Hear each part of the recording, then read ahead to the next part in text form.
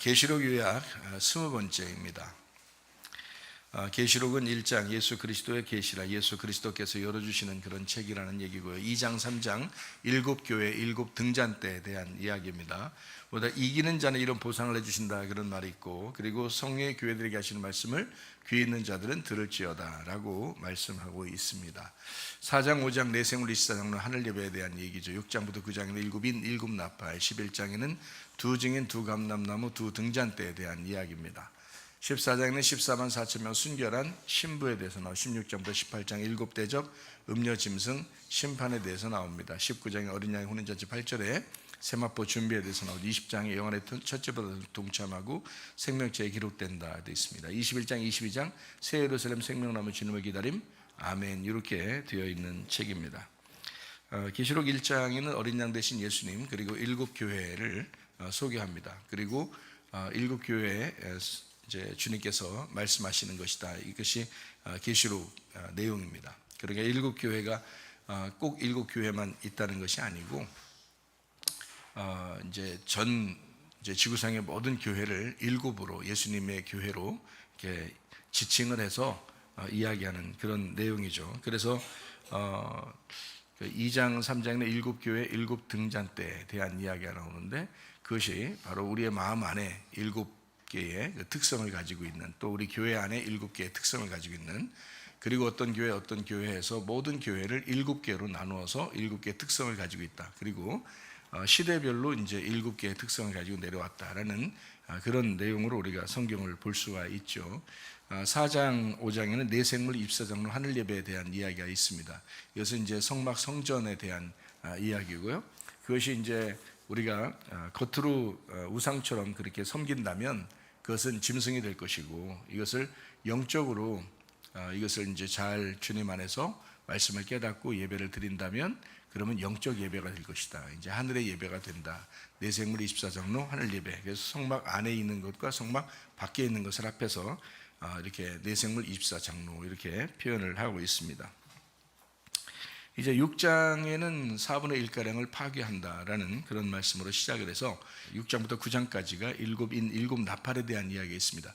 7인부터 7인 7나팔에 대한 이야기를 보면 4분의 1가량 파괴하고 3분의 1가량을 또 파괴하고 이렇게 이야기가 나오면서 결국에는 누구를 파괴하느냐라는 그런 얘기인데요. 7인 7나팔의 내용을 가만히 보면 이것이 이제 다른 데 이야기가 아니고 우리들에 대한 이야기다. 베드로후서 3장에 대한 이야기, 사도행전 2장에 대한 이야기, 요엘서 2장에 대한 이야기, 그리고 스가랴 6장에 대한 이야기. 이것이 바로 6장, 계시록 6장에서부터 시작되는 7인 7나팔에 대한 이야기다. 결국에는 우리 자신들을 주님께서 이제 파괴시키고, 우리가 이게 비어진 우리 마음 안에 예수 그리스도께서 채워지려고 하는 그것이 이제 성경의 지금 내용이죠. 그래서 그것을 써내려가는 것이 바로 6장부터 9장의 내용입니다. 그리고 이제 10장이죠. 10장에는 입에 달고 배에 쓰고 다시 예언하게 되리라 라고 하는 3단계 말씀을 설명해 주고 있어요. 11장에는 두 증인 두 감람나무 두 등잔대에 대한 이야기가 있습니다. 두 감람나무는 이제 하나의 감람나무, 그리고 두 등잔대도 하나의 교회를 의미하는 것이다. 그래서 기름 부음 받은 성령 충만한 교회가 이 시대의 증인이 될 것이다 라는 그런 이야기입니다. 12장에는 이제 1260일 동안 광야에서 양육받는 여자에 대한 이야기가 있습니다. 그래서 그 아이를 낳는 그 여자에 대한 이야기가 있는데, 거기에 이제 큰 용, 예뱀, 마귀, 사탄에 대한 이야기도 나와 있습니다. 그래서 결국에는 1260일은 이제 뭐에 대한 이야기냐면 교육, 양육에 대한 이야기예요. 42달이라고 하는 것은 이제 훈련하고 심판하는 그런 의미가 있죠. 그러니까 심판한다, 또는 고통을 준다, 연단한다, 뭐 이런 이야기가 될 수 있는데, 그걸 통해서 하나님은 우리를 양육하신다, 이제 이렇게 보면 되겠습니다. 13장, 계시록 13장의 내용에서는 이제 바다 짐승하고 이제 땅에 나오는 짐승이 나오죠. 그러니까 짐승이라고 하는 것은 통치자를 의미합니다. 그리고 그 이제 음녀라고 하는 것은 그 통치를 받는 이제 사람들을 얘기하는데, 어린 양이 우리의 통치자가 되죠. 그리고 우리는 신부가 됩니다. 그러니까 어린 양과 신부, 짐승과 음녀 이렇게 표현할 수 있는 거예요. 근데 그 짐승에게는 누가 힘을 줘요? 큰 용, 옛뱀, 마귀, 사탄이 힘을 준다. 어린 양 되신 예수님에게는 하나님 아버지가 계시죠. 그죠? 그러니까 이 하나님 아버지하고 이제 대적하는 자가 사탄, 마귀죠. 그러니까 예수 그리스도를 이제 어린 양을 대적하기 위해서 짐승이라고 하는 이 땅에 통치자가 있었죠. 그래서 통치자가 두 개인데요. 여러분이 이제 생각할 때 통치자가 어떤 통치자가 있느냐라고 생각하면 바다에서 나온 통치자가 있다. 그리고 땅에서 나오는 통치자가 있다. 이렇게 이야기할 수 있습니다. 바다에서 나온다라고 하는 것은 다른 어떤 의미를 얘기하는 게 아니라 바다에서 나왔다, 땅에서 나왔다. 이 두 개가 사실은 같은 거예요. 같은 건데 하나는 겉을 의미하고 하나는 속에를 의미합니다. 예를 들어서 이런 거죠. 여러분이 만약에 성막 성전을 놓고 예배당, 이런 예배당 같은 거죠. 그러니까 성막 성전 예배당 이런 걸 놓고 여러분이 숭배를 한다면 짐승입니다. 그죠? 짐승을 숭배하는 거예요. 우상 숭배입니다. 그죠? 그런데 이제 이 안에서 우리가 예배를 드리는데 영과 진리의 예배를 어린 양에게 드리고 있다. 그러면 이제 이것은 우상 숭배가 아니죠. 진정한 예배가 되는 것입니다. 그러니까 이렇게 이제 차이가 나는 거예요. 마찬가지로 바다에서 나오는 짐승 그리고 땅에서 나오는 짐승, 그러면 이게 겉과 속을 의미하는데요. 이게 어떤 의미냐면 성막 성전을 이제 겉으로 이렇게 표현을 이렇게 한다면 이 자체를 짐승이라고 표현할 수 있어요. 만약에 이걸 숭배한단 말이죠. 우리가 이제 이런 성막 성전을 숭배하지 않죠. 성막 성전은 변천사가 있습니다. 성막 성전은 어떤 변천사를 가지고 있냐면 에덴, 아담, 가나안, 성막, 성전, 예수 그리스도, 교회 성도, 새 예루살렘 이렇게 변천사가 있습니다. 그러니까 성경의 전체를 보면은 에덴으로 시작해서 에덴이 그러니까 성막 성전이에요. 에덴, 아담이 성막 성전이죠. 그리고 에덴, 아담, 가나안 땅이 성막 성전이죠. 성막, 성전, 예수 그리스도, 교회 성도, 새 예루살렘 이렇게 된단 말이에요. 이게 다 같은 거죠. 지금 여기 제가 지금 얘기한 8개가 다 같은 거예요. 에덴, 아담, 가나안, 성막, 성전, 예수 그리스도, 교회 성도 이게 같은 거죠. 교회 성도, 새 예루살렘 이렇게 8개가. 요한계시록까지 이야기해요. 에덴 동산부터 요한계시록까지 이게 딱 보면 이제 알겠죠, 그죠? 그러니까 에덴 동산도 그렇고 새 예루살렘도 그렇고 다 어떻게 되어 있냐면 사각형으로 되어 있어요. 사각형으로. 그게 무슨 말이냐면 에덴 동산도 4개의 강으로 이루어져서 사각형으로 되어 있고요. 새 예루살렘도 사각형으로 이루어졌습니다. 그러니까 이렇게 사각형으로 이루어진 이 새 예루살렘 그리고 에덴 동산부터 시작한 이 모든 내용들이 다 사각형이잖아요. 그러면 사각형을 우리는 어때요? 발 4개라고 볼 수 있죠. 발 4개로 되어 있다. 이렇게 그 발 4개가 뭐예요? 짐승이라고 그래요. 발 2개로 서 있는 것을 사람이라고 그러고요. 그죠? 그러니까 사람도 짐승하고 같이 태어났어요. 그러니까 이게 사람도 짐승하고 같이 태어나서 잘못하면 우리가 짐승처럼 살 수가 있습니다. 근데 참 사람 되신 분이 예수님밖에 없어요. 그래서 우리가 예수님 닮아가자라고 얘기하는 거지, 교회 와서. 그죠? 잘못하면 짐승처럼 산단 말이죠. 이게 발 4개 가진 걸 짐승이라고 그래요. 그래서 우리가 영적으로 보면은 생물이라고 그러고요. 이거를 겉으로 이제 우상처럼 이 겉에 모습을 본다면 이건 짐승이라 이렇게 보는 거예요. 그러니까 성막 성전이 이렇게 있어요. 그 안에서 일하는 사람도 있을 거 아닙니까? 그죠? 그러니까 성막 성전이 있어요. 바다에서 나온 짐승. 뜰, 성소, 지성소. 그게 바다에서 나와서 바다에서 나오면 첫 번째가 뜰, 두 번째가 성소, 세 번째가 지성소가 된단 말이에요. 바다, 뜰, 성소, 지성소 이렇게 되는 거죠. 근데 이제 이 안에서 일하는 사람들 있잖아요. 그게 이제 이 땅에서 일하는 짐승이란 말이죠. 그러니까 자, 우리가 땅에서 일하는 하나님의 땅 안에서 우리가 일을 한다면 우리가 주님의 종, 주님의 아들로서 우리가 일을 해야 되는 마땅한 거잖아요. 그런데 예수 그리스도가 우리를 위해서 밭을 갈고 이렇게 일하시고 농부로서 일하시고 이렇게 할 수 있잖아요. 그런데 우리가 만약에 우리 힘으로 우리가 노력한다면 어떻게 돼요? 이거는 짐승의 노력이라는 거죠. 그러니까 이게 바다의 짐승이 있고 땅의 짐승이 있다. 잘못하면 우리가 사람의 숫자, 짐승의 숫자인 사람의 숫자를 따라서 살아갈 수 있다는 거죠. 그게 계시록 13장에 대한 내용입니다. 그러니까 666으로 살아갈 수 있다는 거죠. 그래서 666을 쉽게 얘기해서 6으로 태어나서 6으로 살다가 6으로 간다. 이게 666이라는 이게 했죠. 그죠? 그러니까 666이라는 것은 다른 게 아니고 너 자신을 얘기하는 거야. 사람의 숫자야. 그리고 짐승. 그러니까 이 세상에서 가장 통치자가 누구야? 생각해봐요. 짐승의 숫자, 사람의 숫자. 가장 이 세상에서 통치자가 누구예요? 너라고. 이 세상에서 다른 사람도 아니고 바로 네가 너를 통치한다고요. 아니 성경에 네가 너를 통치하라고 해서 예수님이 나를 통치하시게 해야 된다 그래서 예수님이 나를 통치하시게 해야 된다 그랬지. 네가 너를 통치하면 그게 짐승이라고. 그게 짐승의 숫자로 살아가는 거라고요. 근데 예수님이 나를 통치하시면 어떻게 돼요? 사람이 참 사람이신 예수님이 나를 통치하신다. 진정한 나의 왕이 되신다. 나의 주님이 되신다. 그래서 예수님을 주인이라고 고백할 때 우리가 예수님을 믿는 거라고 했잖아요. 그럼 주인이라고 고백하지 않고 네가 스스로 주인이 돼서 네가 스스로 왕이 돼서 네가 스스로 통치하게 된다. 그럼 넌 짐승이죠. 그러니까 짐승과 사람 차이에는요, 여기 아주 백지장 차이예요. 짐승이 될 수 있느냐, 사람이 돼서 살아가느냐, 이건 딱 백지장 차이예요. 지금 누가 너를 통치하느냐라는 거죠. 그래서 우리가 짐승의 통치를 받으면 음녀가 되는 거고요, 어린 양의 통치를 받으면 신부가 되는 것입니다. 자, 이렇게 구분하니까 딱 되죠, 그죠? 그래서 짐승이라고 하는 것을 사람들은 많이 얘기해도 이런 사람 이 얘기하고 저 사람 저런 사람 저렇게 얘기해도 다 종합적으로 가만히 다 따져보세요. 결국에는 짐승이 너야. 그게 딱 답이야. 그러니까 네가 짐승이야. 이게 딱 답이에요. 그러니까 다른 게 있었죠. 예전부터 그 짐승이라는 게 있었죠. 그러니까 로마 시대에는 네로 황제가 짐승이었다 그랬죠, 그죠? 통치자. 그래서 막 예수 믿는 사람들을 다 핍박하고 그랬잖아요, 그죠? 지금 이슬람권에서 여자들을 막 핍박하고 기독교인들을 핍박하는 사람들이 이제 그 이슬람 아주 그 과격 단체들이 그렇게 하고 있잖아요.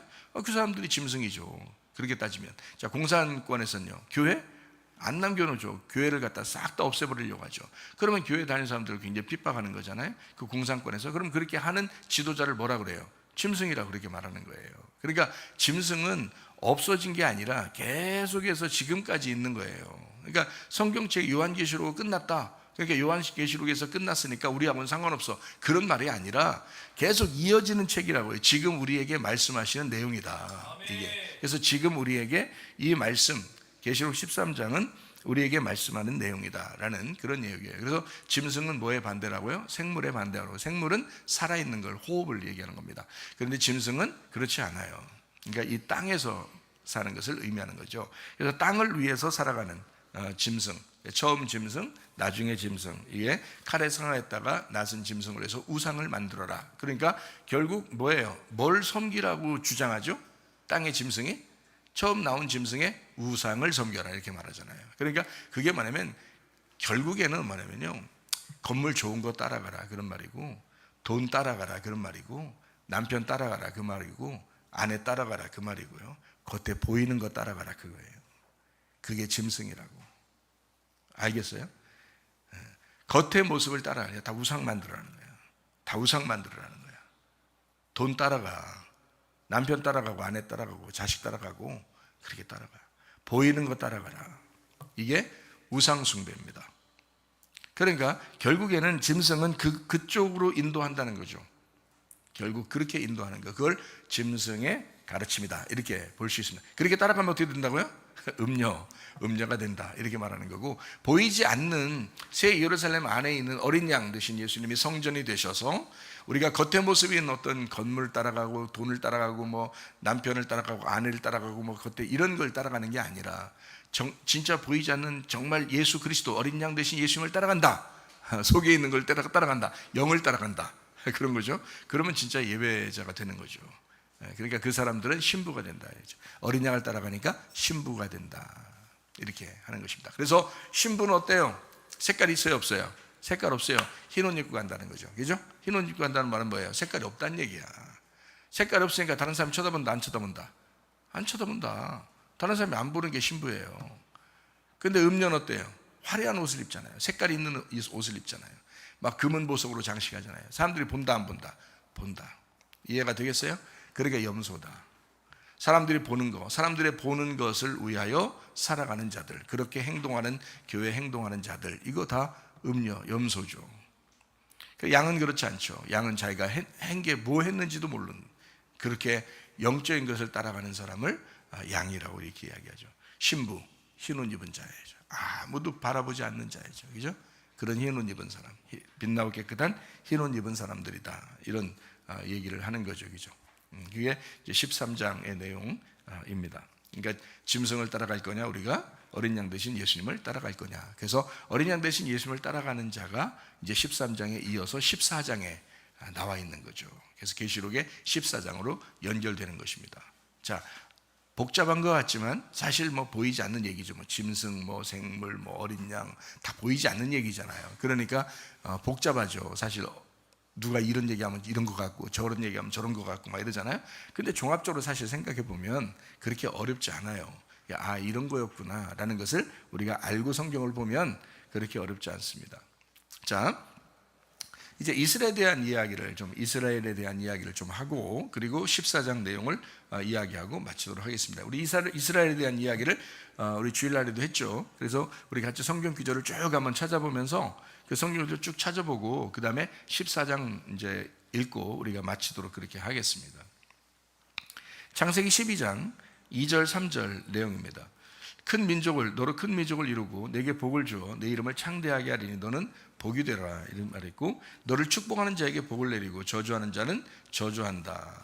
땅의 모든 족속이 너로 말미암아 복을 얻을 것이다 라고 했습니다. 이스라엘 민족을 통해서 사실 누가 왔어요? 예수 그리스도가 오셨죠. 그래서 이스라엘 민족을 통해서 예수 그리스도가 오셨고 예수님을 통해서 복을 받은 거잖아요, 우리가요. 그죠? 그러니까 결국에는 이스라엘 백성들, 이스라엘을 하나님이 외면하거나 무시할 수가 없다. 왜냐하면 하나님은 거기를 선택하고 정해서 그 작은 민족인 이스라엘을 정해서 아브라함을 선택해서 예수 그리스도가 나오시게 하고 예수 그리스도를 통해서 이제 복을 우리에게 주시려고 하는 하나님의 계획이었다라는 그런 말씀입니다. 역대하 6장 6절 말씀이죠. 예루살렘과 다윗 왕을 택했다. 그 다윗 왕권을 가지신 분이 요한계시록에서는 예수 그리스도로 나타나게 됩니다.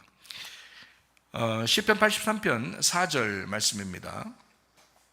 이스라엘을 없애자는 자들도 있다라고 했습니다. 예를 들어서 테러하는 사람들 있죠. 하마스 테러라든지 뭐 이란 핵 개발이라든지 뭐 이런 사람들이 있다 그랬어요. 시편 122편 6절 말씀입니다. 우리의 기도가 어때야 되나? 평화를 위해서 기도해야 된다. 이스라엘만 잘했다는 것이 아니고 이스라엘 안에 있는 평화를 위해서 너희가 기도했다. 왜? 이스라엘이 평화니까, 예루살렘이 평화니까 그 평화를 위해서 기도하면 그 예루살렘이라는 평화가 네 안에 올 것이다 하는 거죠. 평화가 오면 뭐가 대단하냐? 그 말은 예수 그리스도가 부활하면 평화를 주게 돼 있어요. 그래서 그 평화를 주는 것이 축복이에요. 그러니까 평화라고 하는 건 연합이라는 뜻이고요. 완전하게 되었다, 이런 의미거든요. 그러니까 평화가 예루살렘입니다. 예루살렘을 통해서 평화가 우리에게 온다라는 그런 말씀입니다. 그래서 우리는 예루살렘의 평화를 위해서 기도해야 된다, 이제 이런 이야기를 하죠. 이스라엘만 잘했다는 얘기가 아니라고 했어요. 그죠? 그 말이 아니라 예루살렘을 위하여 평화를 위해 기도하라고 했으니까 기도하는 자에게는 평화가 올 것이다, 이런 말입니다. 에스겔 38장 1절부터 6절까지 말씀에 보니까 여호와의 말씀이 임한다. 너는 마옥 땅에 있는 로스 메색 두발 왕 곡에게 얼굴을 향하고 그에게 예언하여, 주님께서 말씀하신 로스와 메색 두발 왕 고가 내가 너를 대적한다.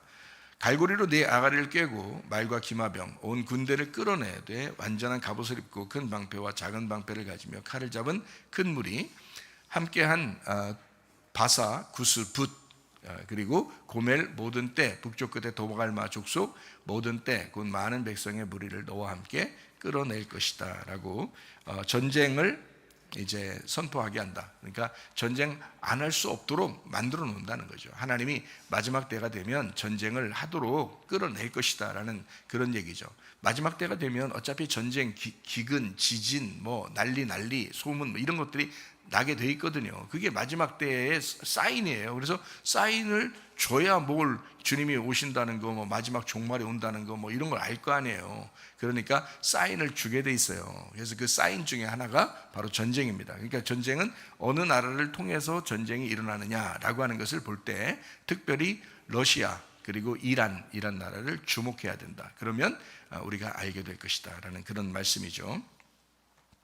자, 우리 이제 에스겔 38장 16절 말씀도 보니까 구름이 땅을 덮음 같이 내 백성 이스라엘을 치러 오리라. 고가 끝날에 내가 너를 이끌어다가 내 땅을 치게 하리니 이는 내가 너로 말미암아 이방 사람의 눈앞에서 내 거룩함을 나타내어 그들이 다 나를 알게 하려 함이라라고 되어 있습니다.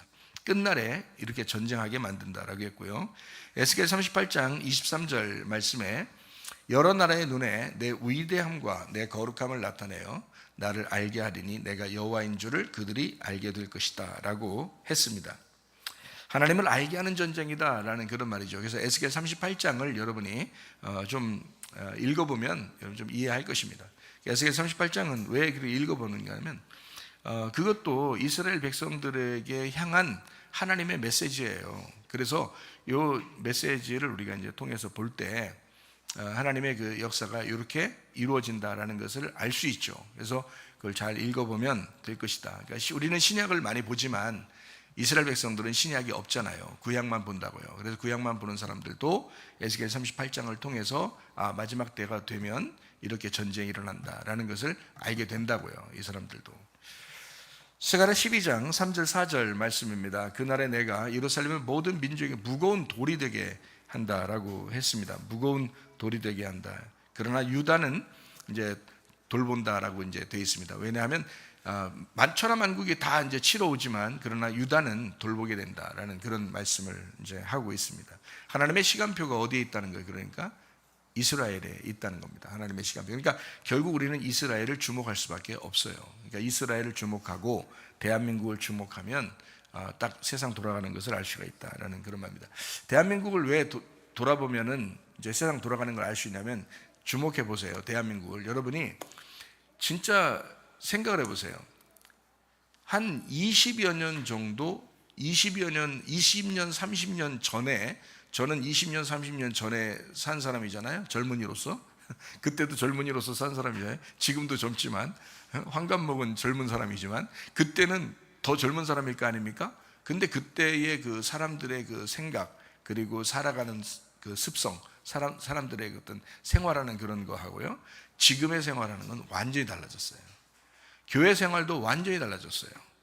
그리고 사람들의 생각도 완전히 달라졌어요. 그리고 특별히 핸드폰, 이거 그 모바일 그 핸드폰 있잖아요. 이게 들어오면서부터 세상이 확 바뀌었어요. 이게 들어오면 원래 세상 바뀐다고 우리 그때도 그런 얘기 했었거든요. 그런 핸드폰이 들어오는 시대인데 그때 되면 세상이 확 바뀐다고 그러더니 진짜 지금 확 바뀌어버렸어요. 엄청나게 바뀌었습니다. 사람들 진짜 성경에 나오는 악의 무리들, 그러니까 악한 것들이 성경에 나오는 악한 것들이 지금 다 하고 있어요. 근데 그게 대한민국에서 굉장히 심하게 하고 있다는 겁니다. 불과 한 30년, 20년 정도밖에 안 되는데 20년, 30년 안에 이 일이 엄청나게 일어나고 있다. 왜 그럴까? 하나님의 시간표입니다. 하나님의 시간표. 종말이 다가오면 이런 일이 벌어지게 된다는 걸 다른 나라를 다 돌아보는 게 아니라 샘플된 나라만 딱 보면 되거든요. 샘플된 나라만 딱 보면 되는데 서쪽에서는 이스라엘이 샘플된 나라고 동쪽에서는 대한민국이 샘플된 나라입니다. 그래서 세계의 주목이 딱 여기에 보면 딱 알아요. 그러니까 대한민국의 생활을 딱 보면 세상에 지금 얼마나 어지러운지를 금방 알 수 있고요. 이스라엘을 보면 세상의 어지러움을 금방 알 수 있습니다. 이게 시간표예요. 하나님의 시간표. 그러니까 주목해 보아야 된다는 그런 말입니다.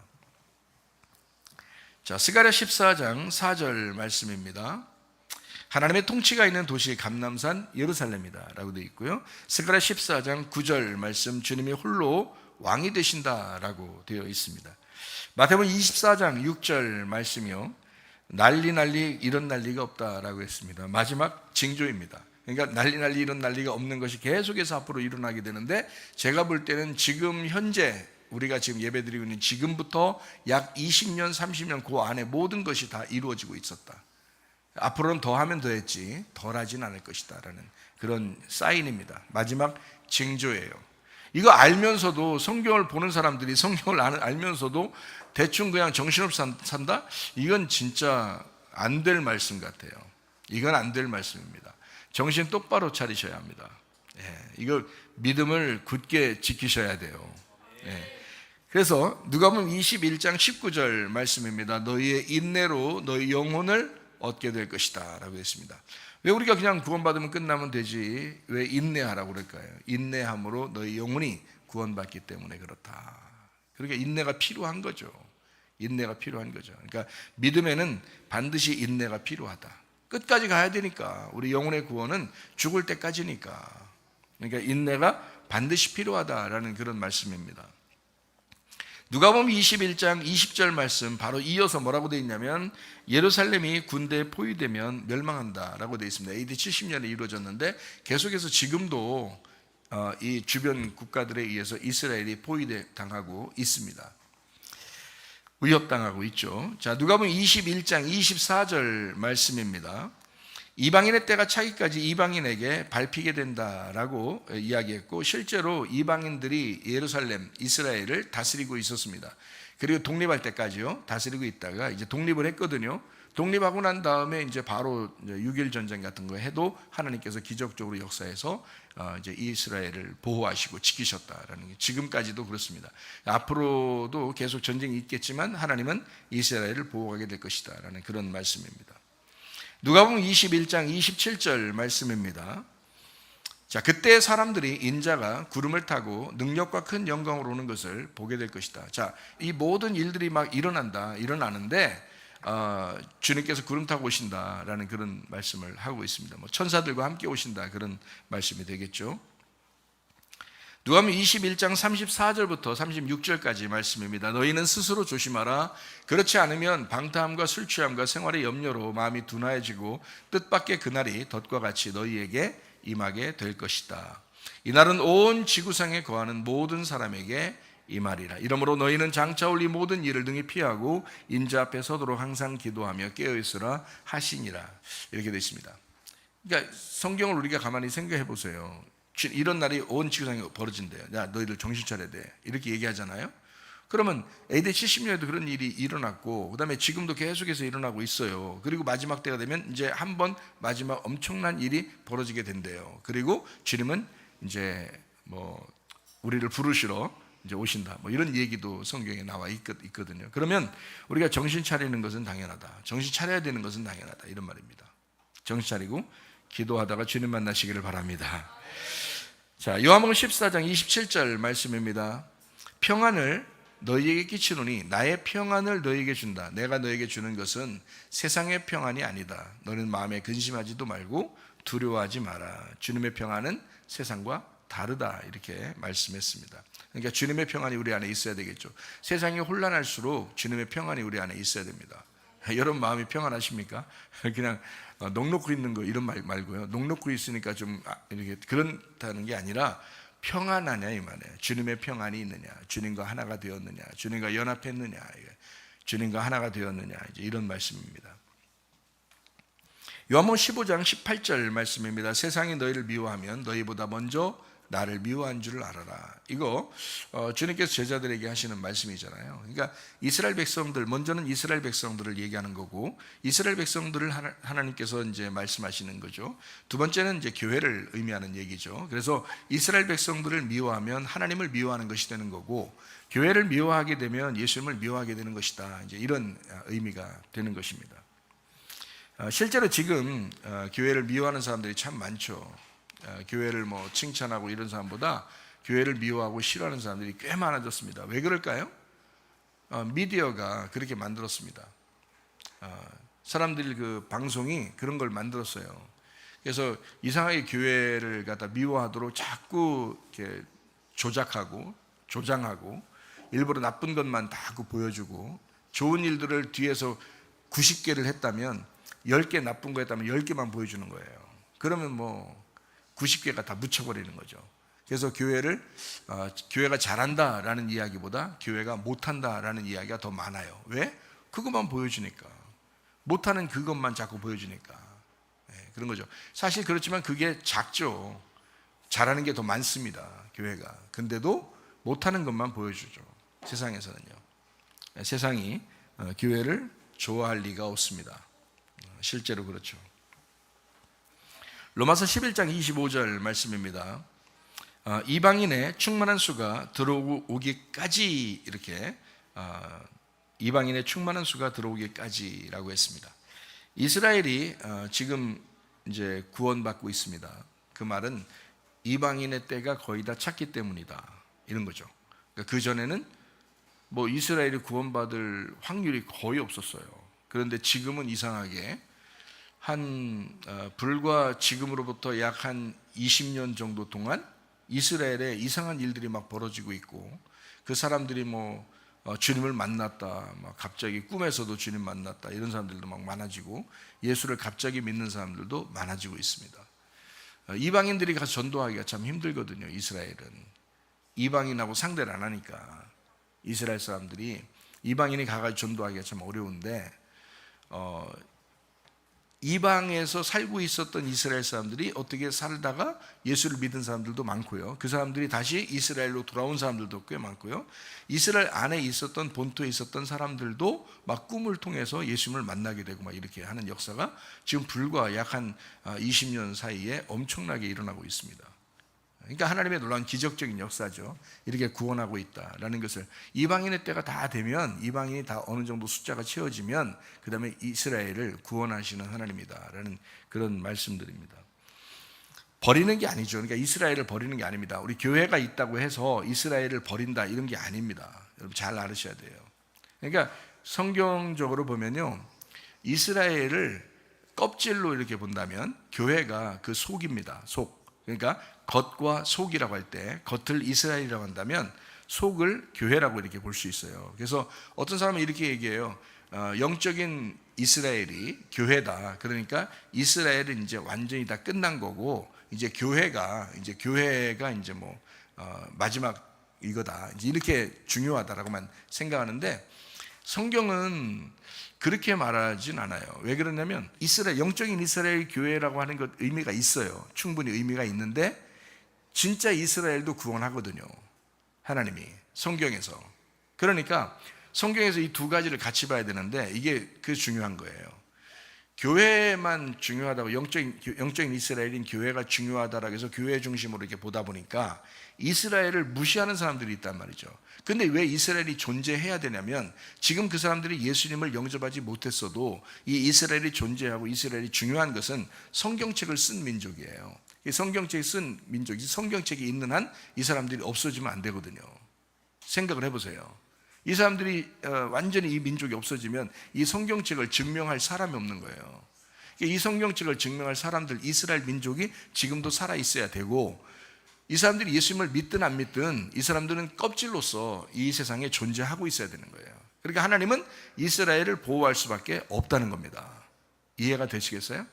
그러나 그 속에는, 겉과 속이 있을 때 그 속은 음부의 권세가 이기지 못하는 교회예요. 그러니까 영적 이스라엘이라고 부르는 그 교회, 이것이 중심인 것은 맞아요. 그런데 이것이 내적인 거라면 이스라엘, 진짜 지금 이스라엘 예루살렘이 외적인 것입니다. 그러니까 사람이 수박을 이렇게 놓고 올 때 수박 껍질 다 까놓고 여기 속에 빨간하잖아요. 그 빨간한 거 그것만 들고 다니는 사람 있어요? 아니죠. 수박을 같이 들고 다니잖아요. 그래서 먹을 때는 껍질을 까고 속에 있는 걸 먹는 거잖아요. 그죠? 그러니까 겉에 하고 속에 같이 있는 거잖아요. 계란을 이렇게, 계란 까도 속에 있는 거 막 흘러내려서 이렇게 그릇에 받고서 프라이팬에다 프라이 해먹고 그러죠. 그죠? 근데 이 속을 우리가 속에만 가지고 계란이다 그렇지 않잖아요. 계란 2개만 가져와봐 이렇게 하면 껍질 이렇게 쌓여있는 그 계란을 가져올 거 아니에요. 그러니까 그 자체가 계란이란 말이에요. 그렇게 그 껍질이 있는 그것이 수박인 거고요. 생각해 보세요. 그러니까 이스라엘이 존재하면서 그 속에 우리가 교회가 있다는 거지. 그 얘기가 성경이고, 그러니까 성경에서 제가 이제 여러분에게 이야기하는 것은 교회가 중요하다고 해서 이스라엘을 무시하거나, 또는 이스라엘이 너무 중요하다고 해서 교회를 무시하거나 해서는 안 된다는 거죠. 이게 외적인 것과 내적인 것이 같이 있어야 된다는 겁니다. 그래서 이스라엘도 존재해야 되고 교회도 같이 존재해야 된다는 거예요. 그러니까 하나님은 이스라엘을 보호할 수밖에 없고 교회를 보호할 수밖에 없다. 그래서 이 두 개가 같이 설명이 돼야 된다. 이렇게 저는 여러분에게 이야기하는 것입니다. 그래서 로마서 11장에도 바울이 소개하는 거예요. 자기 백성을 하나님 버리지 않는다. 구원하신다. 이런 거죠. 고린도전서 10장 11절 말씀입니다. 성경의 기록은 우리에게 거울이 되게 했고 모범이 되게 했다. 우리를 깨우쳐 주기 위해서 본보기가 되게 한 것이 성경이다라는 그런 말입니다. 그래서 이스라엘을 통해서 교회를 설명하려고 하는 주님의 마음이 있다라는 것을 우리가 볼 수 있죠. 성경을 통해서 교회가 드러나는데, 이 교회가 드러나면 이 교회가 이 땅에서 천국이죠. 새 예루살렘, 그리고 하늘에 올라가면 하늘의 새 예루살렘이 됩니다. 그러니까 하늘의 천국이 되는 거예요. 교회가 완성입니다. 근데 이 이스라엘을 통해서 교회가 오잖아요. 그죠? 그래서 이스라엘을 통해서 교회가 오고, 이스라엘 민족은 하나님이 유일하게 그 나라 전체를 하나님의 백성이다라고 하는 그것이 이스라엘밖에 없어요. 전 세계에서. 아무리 다른 나라가 주장해도 나라적으로는 이스라엘 나라밖에 없단 말이에요. 이해가 되죠? 그리고 자기들도 그렇게 인정해요. 자기들은 하나님의 선민이다, 하나님이 선택하신 민족이다 라고 자기들도 주장한단 말이에요. 그러니까 전 세계에서 유일하죠, 이스라엘 백성들이. 그렇죠? 그리고 교회는 하나님의 피로 사신 교회, 음부의 권세가 이기지 못하는 그리스도의 몸이다라는 것도 유일하죠, 교회가. 그래서 이것을 두 개를 다 설명을 하고 있다라는 그런 말씀입니다. 에베소 6장 12절 말씀입니다. 우리의 싸우는 것은 악의 영들과의 싸움이다 라고 했습니다. 왜 이스라엘을 미워할까? 왜 교회를 미워할까? 라고 하는 것을 딱 보면 그 사람이 미워하는 게 아니라 그 뒤에 있는 악의 영들이 그렇게 하는 것이다. 사람을 미워하지 말고 악의 영들과의 싸움인 것을 여러분이 알고 이스라엘의 평화를 위해서 기도해야 되고요, 교회의 평화를 위해서 기도해야 합니다. 계시록 11장 2절 말씀입니다. 성전 밖 마당은 이방인에게 주었는데 42달 동안 주었다라고 했습니다. 42달 1260일 3년 반 3일 반 이렇게 되어 있는 우리 인생의 모든 여정 가운데 이제 그 역경 고난을 주도록 그렇게 42달을 허락했다라고 되어 있고요. 계시록 13장 5절 말씀에도요, 짐승이 42달 일할 권세를 가지고 있다라고 했습니다. 42달, 그러니까 이것이 고난의 숫자라고 하는 것을 우리가 알 수가 있죠. 계시록 21장 4절 말씀입니다. 모든 눈물을 그 눈에서 닦아주시니 다시는 사망이 없고 애통하는 것이나 곡하는 것이나 아픈 것이 다시 있지 아니하리니 처음 것들이 다 지나갔음이라 라고 되어 있습니다. 자, 이제 요한계시록 14장의 내용을 우리가 같이 보면서 13장의 내용은 짐승에 대한 내용이 나오잖아요. 그런데 이어서 14장에 보면 이제 어린 양 예수 그리스도의 신부에 대해서 나와 있습니다. 14만 4천 명에 대한 이야기가 14장에 나와 있잖아요. 참 하이라이트죠. 놀라운 이야기입니다. 계시록 14장 3절 4절 말씀입니다. 그들이 보좌 앞과 네 생물과 장로들 앞에서 새 노래를 부르니 땅에서 속량함을 받은 14만 4천 밖에는 능히 이 노래를 배울 자가 없었다라고 되어 있고, 이 사람들은 여자와 더불어 더럽히지 아니하고 순결한 자라 어린 양이 어디로 인도하든지 따라가는 자며 사람 가운데서 속량함을 받아 처음 익은 열매로 하나님과 어린 양에게 속한 자들이다라고 되어 있습니다.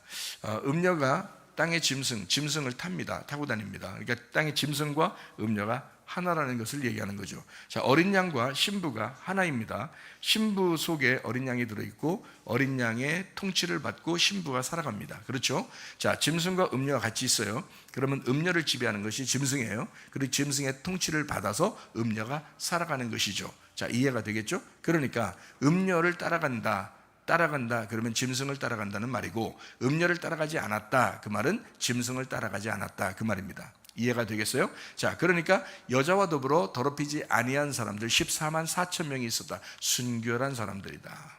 어린 양이 어디로 가든지 그를 따라가는 자다. 이렇게 나와 있습니다. 자, 계시록 14장 11절 12절 말씀입니다. 그 고난의 연기가 세세초로 올라가리로다. 짐승과 그의 우상에게 경배하고 그의 이름표를 받는 자는 누구든지 밤낮 쉼을 얻지 못하리라 하더라. 성도들의 인내가 여기 있나니 그들은 하나님의 계명과 예수에 대한 믿음을 지키는 자니라 라고 되어 있습니다. 짐승을 따라가는 자, 밤낮 쉼을 얻지 못한다는 말은 영혼의 쉼을 말합니다. 영혼의 쉼을 얻지 못한다라는 말이에요. 영혼이 쉬지를 못한다, 다시 말하면 마음의 평안함이 없다, 이런 말이고요. 그리고 성도들의 인내가 여기 있다라고 할 때 여러분 생각해 보세요. 여러분에게 만약에 너 예수 믿을래 안 믿을래, 그리고 너 교회 오늘 올래 안 올래 하면서 이렇게 막 누가 칼을 대고서 여러분을 막 핍박하고 이렇게 한다면 가번에 결정을 하게 될 것입니다. 뭐 내가 교회 가야 되냐 말아야 되냐, 아니면 내가 이제 예수 믿어야 되냐 말아야 되냐, 한번 오늘 결판 내봐야 되겠다라고 하면서 그런 생각을 하게 될 거예요. 그러면 가번에 결정 나니까 이거는 인내가 필요한 것이 아니죠. 그렇죠? 가만히 생각해 보세요. 성도들의 인내가 왜 필요하냐면 그냥 여러분이 그냥 다 장사하고 살고요, 그냥 집에서 그냥 결혼 생활하면서 살고 그냥 다 이렇게 학교 다니면서 살고 하기 때문에 인내가 필요한 거예요. 똑같잖아요. 이 세상에 있는 사람들과 똑같이 살아간다고요. 똑같이 살아가고 있는 가운데 네가 예수만 선택할 수 있냐 이거예요. 이게 똑같이 생활하는 이 가운데 예수 선택하는 게 이게 굉장한 인내라는 거예요. 성도들의 인내는 여기에 있다, 이렇게 말씀합니다. 인내로 너희 영혼을 얻을 것이다 라고 되어 있을 거예요. 그러니까 우리 인내함으로 주님을 따라가는 것입니다.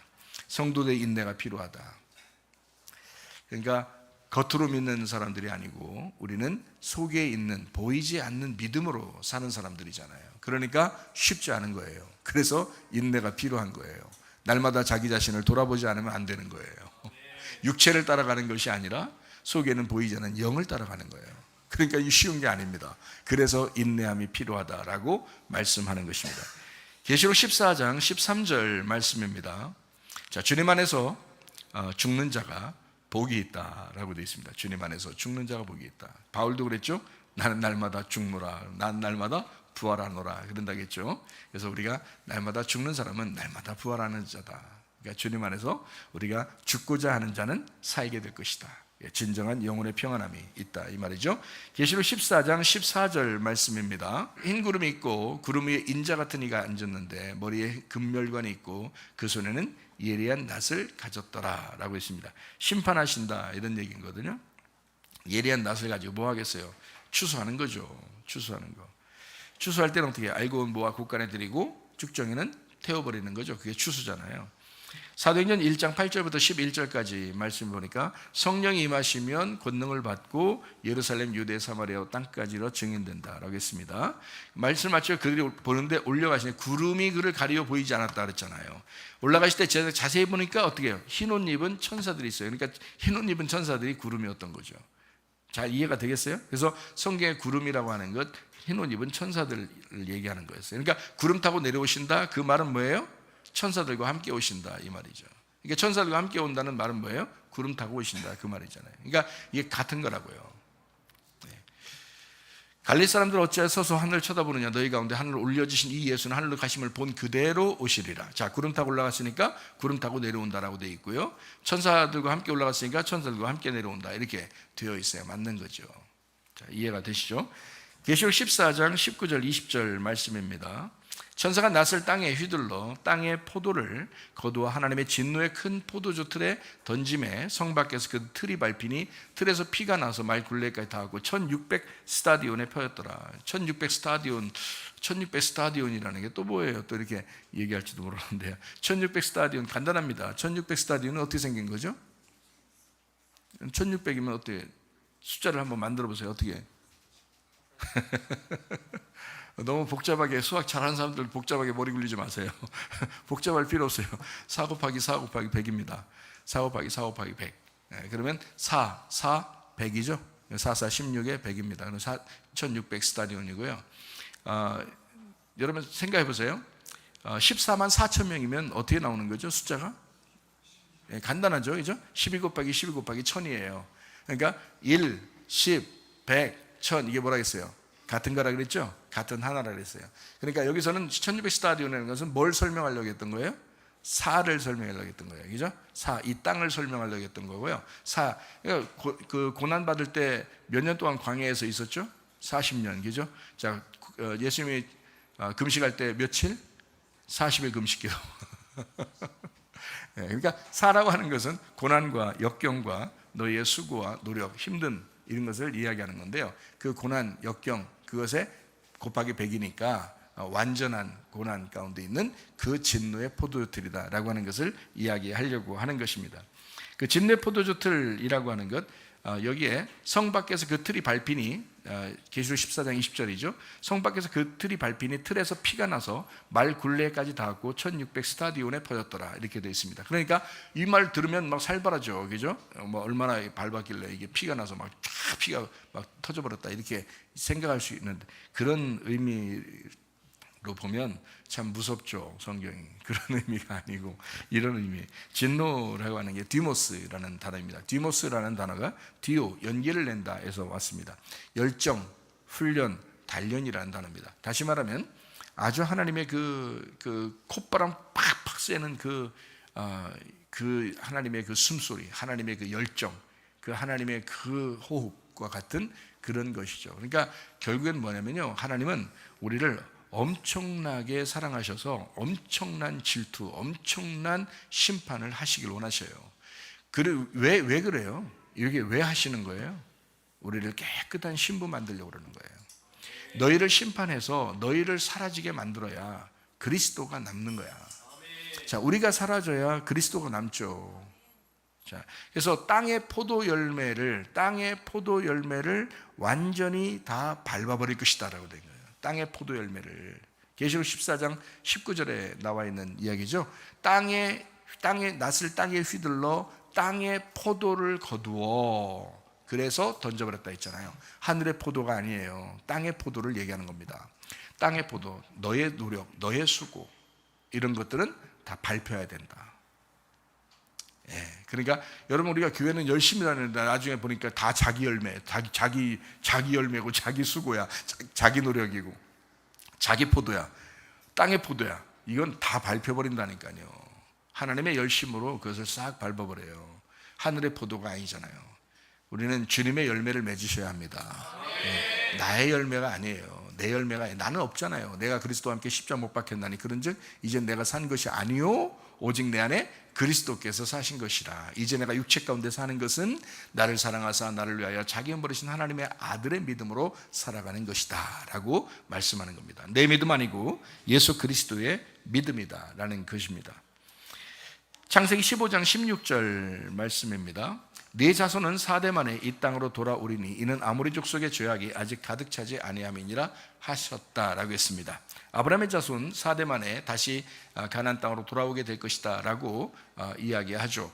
그렇게 할 때 이 4대 만에 돌아오게 된다. 이것도 4대잖아요. 4대 만에 돌아오게 된다라고 애굽에서 4대에 걸쳐서 그 다음에 다시 돌아오게 하는 그런 여정 여기에 나와 있는 얘기거든요. 그런데 아모리 족속의 죄악이 가득 차면 그때 이스라엘이 다시 돌아와서 그 땅을 차지하게 된다는 겁니다.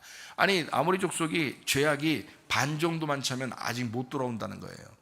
그 죄악이 다 차면 그때 돌아온다는 거잖아요. 그죠? 그러니까 땅에 열매가 가득 차가지고 이것이 포도주 틀에 딱 되면 하나님께서 그냥 심판하기 딱 맞다는 거죠.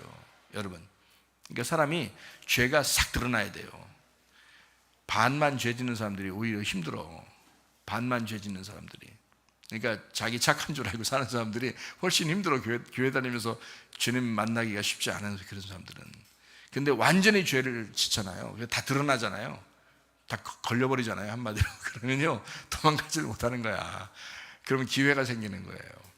그때 하나님께서 만나 주십니다. 놀라운 거죠. 자, 아모리의 죄악이 가득 차게 되면 이스라엘이 그 땅을 차지하게 된다라는 그런 말입니다. 이스라엘은 빛이고 아모리는 어둠입니다. 그래서 어둠을 빛이 와서 몰아내는 거죠. 근데 이것이 아모리의 죄악이 가득 찼을 때, 다시 말하면 다 드러났을 때 그 말입니다. 죄악이 다 드러나면 그때 주님께서 찾아오신다. 이제 그런 말씀이거든요. 이게 참 놀라운 이야기예요. 가장 어두울 때, 가장 죄인일 때 그 죄를 인식해서 회개할 수밖에 없을 때 그때 주님이 찾아오신다는 겁니다.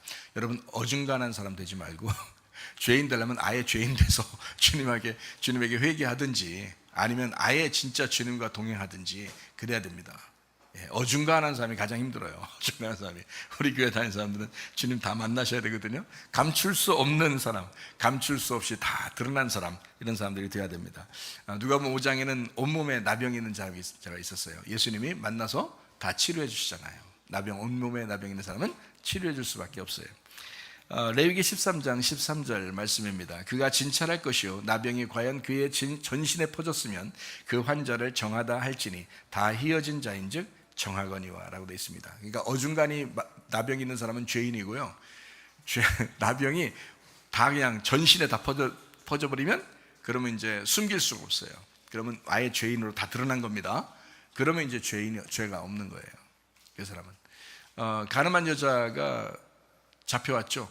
현장에서 잡혀왔습니다. 자, 벗어나실 수 없어요. 현장에서 잡혔기 때문에 못 벗어나요. 이건 뭐 저 아닌데요, 뭐 왜 그러세요? 막 이러면 그러면 이제 이게 안 되는 거예요. 근데 가늠한 여자가 한마디 해야 안 해요. 한마디도 못합니다. 그죠? 현장에 잡혀왔기 때문에 한마디도 못해요. 근데 예수님이 보실 때는 어떻게 보이는 거예요? 예수님 보실 때는 나병이 전신에 퍼진 거예요. 지금 현장에서 발가벗겨져서 잡혀온 거예요. 그러니까 완전히 발가벗겨졌을 때 예수님은 뭐라 그래요? 이 여자가 죄가 없는 거야. 자, 죄 없는 놈이 있으면 한번 쳐봐. 다 죄인이지? 이 여자 똑같아. 그러면 너희들이 똑같은 죄인이니까 못 치는 거잖아. 근데 지금 이 여자는 어때? 니네들은 옷 입고 이 여자는 옷을 다 벗고 있잖아. 그러니까 내가 옷을 입혀줘야지. 그죠? 자, 너희들은 옷을 입었으니까 니네가 벗어야 내가 옷을 입혀줄 수 있고, 이 가늠한 여자는 현장에 잡혔으니까 옷을 다 벗겨놓고 있어. 그러니까 내가 옷을 입혀주기만 하면 끝나. 그렇죠? 그러니까 죄가 다 드러났다. 둘 다 죄인인데 이 여자는 죄가 드러난 여자고 밖에 있는 사람들은 죄가 안 드러났다 이 말이에요. 성경을 지킨다고 하고 율법을 지킨다고 하면서 죄가 안 드러났단 말이에요. 가늠한 여자는 죄가 다 드러났단 말이에요. 그러니까 예수님이 덮어주는 거예요. 나도 너를 정죄하지 않는다. 다 죄 용서받았다. 전신에 나병이 퍼진 겁니다. 그러면 감출 수가 없어요. 가늠한 여자가 그랬습니다. 온몸에 나병 있는 환자도 그랬습니다. 그럼 주님은 치료할 수밖에 없는 것이다. 이해가 되겠죠? 여러분, 자기를 감추려고 하지 마시고요, 주님 앞에 투명하시기를 바랍니다. 여러분 자신들이 스스로 겸손하시기를 바랍니다. 주님, 나는 죄인입니다. 내가 정말 살다 보니 주님의 말씀을 우리가 대면하면 대면할수록 내 자신이 어떠한 것을 내가 깨닫습니다. 얼마나 감사합니까? 여러분, 요한계시록 14장 3절 4절 읽고 마치도록 하겠습니다. 그들이 보좌 앞과 네 생물과 장로들 앞에서 새 노래를 부르니 땅에서 속량을 받은 14만 4천 밖에는 능히 이 노래를 배울 자가 없더라. 이 사람들은 여자와 더불어 더럽히지 아니하고 순결한 자라. 어린 양이 어디로 인도하든지 따라가는 자며 사람 가운데서 속량을 받아 처음 익은 열매로 하나님과 어린 양에게 속한 자들이었다라고 말씀합니다. 그리스도 예수에게 속하여 주님과 동행하다가 주님 만나시기를 바랍니다. 우리 한 목소리로 기도하겠습니다. 하나님 앞에 기도합니다. 하나님 앞에 기도할 때 주여, 내가 순결한 주의 신부가 되게 하옵소서. 우리 한번 기도합니다. 우리 하나님 아버지 인도하시고 사랑하심에 감사합니다. 주의 뜻대로 살다가 주님 만나게 도와주시고 우리가 순결한 주의 신부가 되어 주님과 동행하게 하옵소서. 비염은 떠나갈지어다, 아토피 떠나갈지어다, 위장병 떠나갈지어다, 어지럼증 사라질지어다, 두통은 사라질지어다, 류마틱 관점 떠나갈지어다, 어깨 통증 사라질지어다, 허리 디스크, 목 디스크 떠나갈지어다, 심장병 온전해질지어다, 각종 종양 암덩어리 떠나갈지어다, 감기 몸살 온전해질지어다, 협착증 사라질지어다, 건선피부 온전해질지어다, 이명은 사라질지어다, 자가면역질환 온전해질지어다, 식도염 사라질지어다, 유리교석 떠나갈지어다, 우울증, 불면증 환자의 두런불안 초조 다 떠나갈지어다, 음란, 거짓, 독질, 미움, 욕심은 다 떠나갈지어다. 우리 하나님 아버지 그리스도 예수의 신부가 되어 순결한 주님의 신부가 되어 주님과 동행하다 주님 만나게 하옵소서. 예수님 귀하신 이름 받들어 기도 올리옵나이다. 아멘. 주님 감사합니다. 우리 하나님 아버지 함께 하시고 사랑하심을 믿습니다. 우리 하나님 도와주옵소서.